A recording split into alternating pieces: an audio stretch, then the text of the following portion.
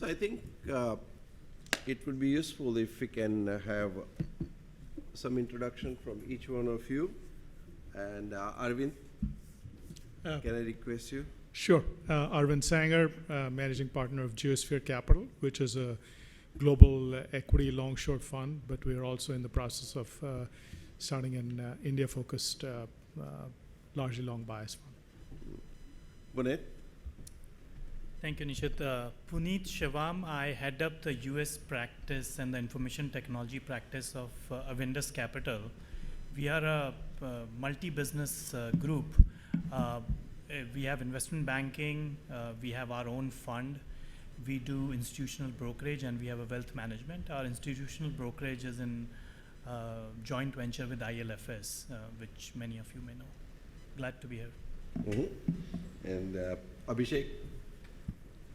Hi, Abhishek Mehta, starting a fund called Blue Lotus, focusing on Indian markets. And prior to that, I've been investing globally out of New York. And Kishore? Yeah, hi, I'm Kishore Joshi at Nishit Desai Associates. I head the regulatory practice and also part of the fund formation team. Richie again. Hey, hey everybody, Richie Sancheti here. I lead the fund formation practice, and on the regulatory side, I work along with Kishore, where we advise hedge fund clients on foreign portfolio investments, issues around P notes, derivative contract notes, etc. Abhishek, can I start with you? After last year's bull market in India, how is the allocation to India-focused hedge funds coming along? I think the short answer is that it's picking up. I think if what I've seen investors when I'm talking to them, you see is that people are looking more towards India as a destination. Of course, there are certain folks who are looking at pan-Asian managers who can go in and out of the country, but I think you're seeing more appetite for people who want to directly be in the country. We all know the macro, Modi, GDP, demographics, but the interest comes in waves, I would say, and history rhymes, I guess. And so in 06, 07, you had a lot of interest. Of course, after this bull market run, you have interest again. But there are also the 08 and 11 periods where India is terrible, it's tough, it's whatnot. So I think what you see this time, as opposed to the last, maybe 06, 07, is that people realize that India is not a get-rich-quick scheme.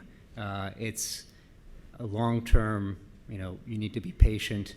You need to understand that if India is here and India is going to go here, it's not going to be in a straight line, but rather with a lot of ups and downs.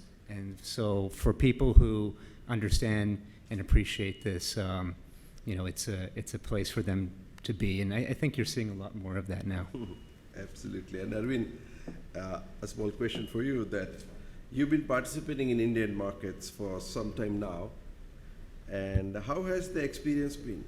Has the lack of certainty, particularly in respect of tax laws, have made LPs a bit apprehensive about, the India allocations and stuff like that? Well, I think, Abhishek made a good point about, India goes through cycles. I think the lesson investing in India as investing in any other emerging market, and that's one thing that obviously, investors obviously understand, is that you're going to have periods of volatility. But if you look through the volatility, the most pleasant thing about India is that it has a diverse number of companies across a whole range of sectors which have, both good and bad management, but some really good high quality companies which you don't find in as broad and diverse a fashion in almost any other, if not any other emerging market in the world. So that, I think, is what makes India unique and attractive for investors, is not so much the macro story. I think the macro story is good, but as we've seen time and time again, India has a ability to snatch defeat from the jaws of victory. So counting on the macro story by itself is a very dangerous game to play in India as it is in other emerging markets. Now, coming back to the tax issues, and you had the recent issue on the MAT. I think one of the problems that we've observed in India is that the Indian political system can't stand prosperity. Whenever things are going too well, there is a desire to somehow get some money, more money from foreign investors. So if you look back at 2007, there was this episode where money was coming into India in a big way. So we'll ban P-notes. Suddenly, overnight, I remember 3 months before the P-note ban came, the SEBI chairman was being hosted by US-India Business Council, and he was talking about everything, and the P-note question came up, and he said, everything is fine. And then 3 months later, when he announced the banning, he said, I told you all along it was likely. So, there was complete dishonesty, but it's okay. I mean, you're used to the fact that in India, when things are going well, so, a few months ago, the market, India was the only game in town. Indian market seemed to be doing very well. It was the pick of emerging markets. So, of course, you had, there were other reasons, obviously, that we all know now about why MAT happened. But the fact that the government treated it that lackadaisically and that, blasé about it was complete misunderstanding of the fact that, investors have nowhere else to go. So, we can do whatever, it'll be fine. So I think one of the things when you're investing in India long-term, you have to realize is that whenever prosperity gets going, there will be bumps along the road. India being an emerging markets, when the governments get overconfident, the market's correct. And when the market's correct, the governments back down. And that's the history of investing in India. So you have to be prepared to take the lumps, to stick it out. And hopefully on the other side, the end result will be the same that has been the last few times. We often shoot our own foot, when we do well. But at the same time, I think things go on, and from time to time, you see ups and downs. Kishore, this FPI regime, foreign portfolio investor, how is it shaping up? Yeah, sure. Are there any issues? Yeah. Thank Quickly, you. if you can. Yes, as you all know, it's almost a year that the FPI regime now is in place, because it's even though SEBI has introduced this last year in January, it actually came into effect in June. So in fact, it's 1 year that the regulations are in place. And instead of SEBI being the securities regulator, as you all know, it is the designated depository participants, the DDPs, who are now actually processing the application process and giving the approvals. So to a certain extent, it has become a bit easier that instead of going to the regulator, the applicants have to go to the DDPs. Of course, SEBI has come out with kind of an operational guidelines for the DDPs to help them assist processing the applications, and SEBI also has been coming out with what is called the FAQs, clarifying the queries that the investors or any other intermediaries have in their mind. It seems that the job of DDPs has become much simpler, because SEBI has in the FPI regulation introduced one more category, that is category 3 FPIs, and which is more for individuals and corporates, which wasn't there earlier under the FII regime. So effectively, even individuals now and corporate entities can be registered as FPIs. So it's not that either the investors or DDPs have to worry whether the entity is broad-based or not, and whether it is regulated or not. Of course, the FIIs and sub-accounts which were registered earlier in under the erstwhile FII regime has been grandfathered. So they continue to invest as deemed FPIs until their expiry of the registrations, before which they will have to convert themselves.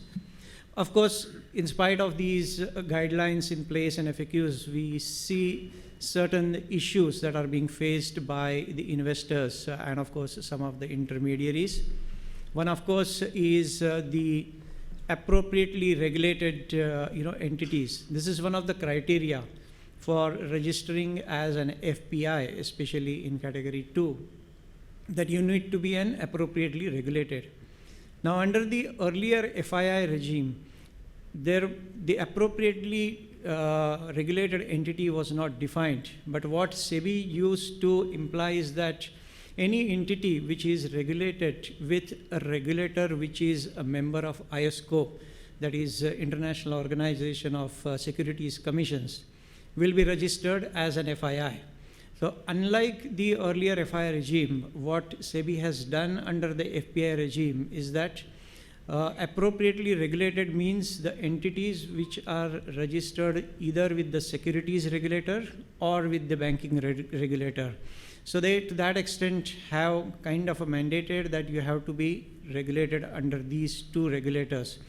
The question mark still comes that in case if any entity is registered with CFTC, which is not a securities regulator per se, whether that entity would be registered as an FPI or not, which in the FII regime, we have ourselves registered certain entities which were regulated by CFTC. We in fact had meetings with SEBI and got clarifications that they will not deviate from the earlier approval, and they will allow the entities registered with CFTC to be regulated even under the FPI. The other issue that we see is in respect of the broad-based criteria. As you know, under the FII regime, the broad-based criteria was that in case if you have an institutional investor, you could have even less than 20. You need not have to have 20 investors, which under the FPI regulations, SEBI has mandated that you have to have at least 20 investors. So we have seen most of the fund entities which were earlier registered and now are coming for conversion to FPIs and having less than 20 investors. They have to find out certain additional investors so that they fulfill the broad-based criteria. Of course, you still have a choice of registering as category 3 FPI if you don't have 20 investors. But as you all know, there are certain advantages for registering as under category 2 FPI as against category 3. Two important, of course, being that as a category 2, you can subscribe to P notes, and the second, of course, is you are regarded as a qualified institutional buyer and are eligible for participating in the IPOs or QIPs of Indian entities, which as category 3, you are restricted from doing so. The third issue that we often see from some of our clients is, of course, in respect of the opaque structures, which, as you all know, protected cell companies or segregated portfolio companies, which were restricted by SEBI for years from registering. Of course, they came out in 2010 with a clarification, or rather a circular, that the PCCs and SPCs will not be allowed to be registered as FIIs at that point of time. But SEBI has clearly differentiated PCCs and SPCs to be the prohibited entities as against the multiple share class companies, that is MCVs. So they have allowed multi-class vehicles to be registered as FIIs and sub-accounts. But we see in the recent past, especially in terms of ODIs, that some of the prime brokers, rather the P-note issuers, have been trying to apply these restrictions of the opaque structures even to multi-share class vehicle entities as well. So that's one issue that is being faced by a lot of the P-note or ODI subscribers, which of course SEBI may have to at some point of time come out with the clarifications. The other thing, of course, we have seen, the last one, is that while SEBI has been coming out with these FAQs and providing certain answers, in the recent past, especially in the last set of answers that they came out with, most of the things they try to put it on the DDPs, in the sense there, if you see the language of their answers, it generally says that the DDPs will have to look into this, or DDPs will have to decide this. So what happens is, to a greater extent, they are leaving it to the interpretation of the DDPs, which is a bit dangerous, because then you have these multiple DDPs, and each DDP in which case will try to interpret it and take his own call, and that may create more confusion. And that's where I think SEBI has to clearly come out with the clarifications, what their intention is in respect of, that particular issue. So these are some of these issues that we Right, have right. been facing. Puneet, how much interest do you see in NRIs? See the interest in NRIs, and I think, by the way, Arvind captured the emotion of an investor very well, right? It's like the frustration, but still the attraction to invest in India. In case of NRIs, the interest is pretty much similar to what Arvind highlighted. There is both because of kind of natural affinity to India, as well as the opportunities that India offers driven by primarily two things. One is macroeconomic, which will go through its own ups and downs, but also because of what Arvind also mentioned, the diversity and in general depth of companies across sectors, and including, which has not yet hit the public markets, the kind of, the bust and boom cycle of the internet and e-commerce sector. So NRI interest in India continues. I have not seen much change in it. It is volatile. And it's to a certain extent less sensitive than a true foreign entity investment into India. So that interest continues. I think similar concerns remain, and one concern which Arvind you didn't highlight, but for probably NRIs becomes important, is not so much only on the India regulatory side, but on US regulatory side also there is a concern with a certain degree of kind of, requirements and taxes, reporting, etc., which also influence how NRIs look at the investments into India. So I think, Nishit, that's where NRI interest I've seen over the last probably a decade. Right. Richie, do you want to add something either on the 10% cap rule or the synthetic participation and other issues that are, in terms of eligibility to subscribe to ODIs? And if you could just quickly summarize something, that would be very helpful. Sure. So I think the questions that you posed there are in two different buckets. The first is this 10% clubbing of investment limits are concerned. So just a disclaimer, I'll be using quite a few acronyms when I speak here. So an FPI, which Kishore has also been using, it's foreign portfolio investors, the segment of foreign participants who are allowed to sort of purchase and trade on the floor of the stock exchange. An ODI that I'll be using quite often again would be an offshore derivative instrument. This pretty much is any instrument by whatever name called. It could be a loan note, it could be a participatory note, which is issued by a foreign portfolio investor. And it is against securities held by it as an underlying. And these securities have to be those which are already listed on a recognized stock exchange in India, or they are capable of being so listed. So an underlying could be the shares of a company which trade on the Bombay Stock Exchange or the National Stock Exchange. They could also be units of a mutual fund. So pretty much an FPI could, on the hedge side, acquire these sort of securities, and on the top of it write a P note where, as an ODI subscriber, the first time I'm using this acronym, as an ODI subscriber, you will be sort of entitled to the economic benefits of the underlying investments. Clearly the ownership, the beneficial ownership, etc., still resides with the FPI, because they are the ones who hold the shares, they are the ones who directly receive the dividends, they are the ones who have the voting control and other rights built into their ownership structure. But what happens is that at least the economics get passed on to you as an ODI subscriber. You definitely inherit the counterparty risk when you're dealing with an ODI issuer. So the first issue is the clubbing of 10% limits. What recently happened is, earlier there was a regime which clearly allowed FI sub-accounts to hold up to 10% of Indian securities. The regime rolled over to foreign portfolio investments, and the same rules sort of stuck out there. The clubbing rules pretty much indicate that if there are multiple foreign portfolio investors all held under the same investor group, then the clubbing of 10% limits apply to all those FIIs. Now, an investor group is if there is a commonality of voting rights, control, beneficial interest, etc. Then all the different FPIs within the same common control, just to give an example, they would have a clubbing effect. So together, all these FPIs cannot acquire more than 9.99% or 10%, to keep it simple, of the underlying security. The issue arises that even if I, let's say, have 3 or 4 different funds, all registered with SEBI as an FPI, and let's say even if they have different investor base, just because they have the same common control, the GP, let's say, or the master GP in a LPGP sort of a construct is the same, then can it be said that all these different funds are under the same common control, and accordingly should we club the investment limits across these different funds, despite the fact that the beneficial owner or the LP base is pretty much segregated across the different funds? So that was one effect of the clubbing rules being introduced. The second piece is even the synthetic exposures through ODIs. They've also been brought under the fold of clubbing rules. So what it means is if I, as a direct participant, as an FPI, hold certain shares, and on the other hand, as an investor, I also subscribe to ODIs to tag the same sort of underlying scripts, then there would be a clubbing. So my ODI positions as well as my direct exposures cannot exceed 10%.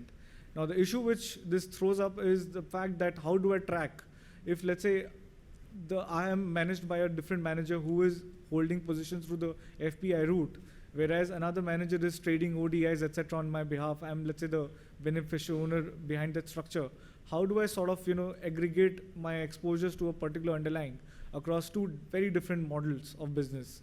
On the FPI side, like Kishore indicated, you have a DDP, the custodian, who can sort of track your exposures. On the ODI side, as a subscriber, I pretty much have no say. And even the ODI issuer is somebody who may not be sophisticated enough as a custodian. It could be any other FPI who is eligible to sort of issue ODI contract notes. So these are some of the issues that are coming up as far as clubbing rules are concerned. So thank you. I think it's been excellent overview, and well, I would like to see if there are any questions at this point in time. Anyone has? Okay. Maybe then we can thank panelists for a wonderful job. I think it was in some ways technical but made very interesting. So really appreciate, and if you can give you a small token of memento. It's coming right there. So please give us a moment. And I think we have a very interesting session now. Professor Kannan is here on the governance, the new standards that are coming up. So thank you so much. I really appreciate it. Yeah. Thank you. Thank you. Nice. Thank you. Yeah. Thank you. Yeah. Thank you. Yeah. Okay. So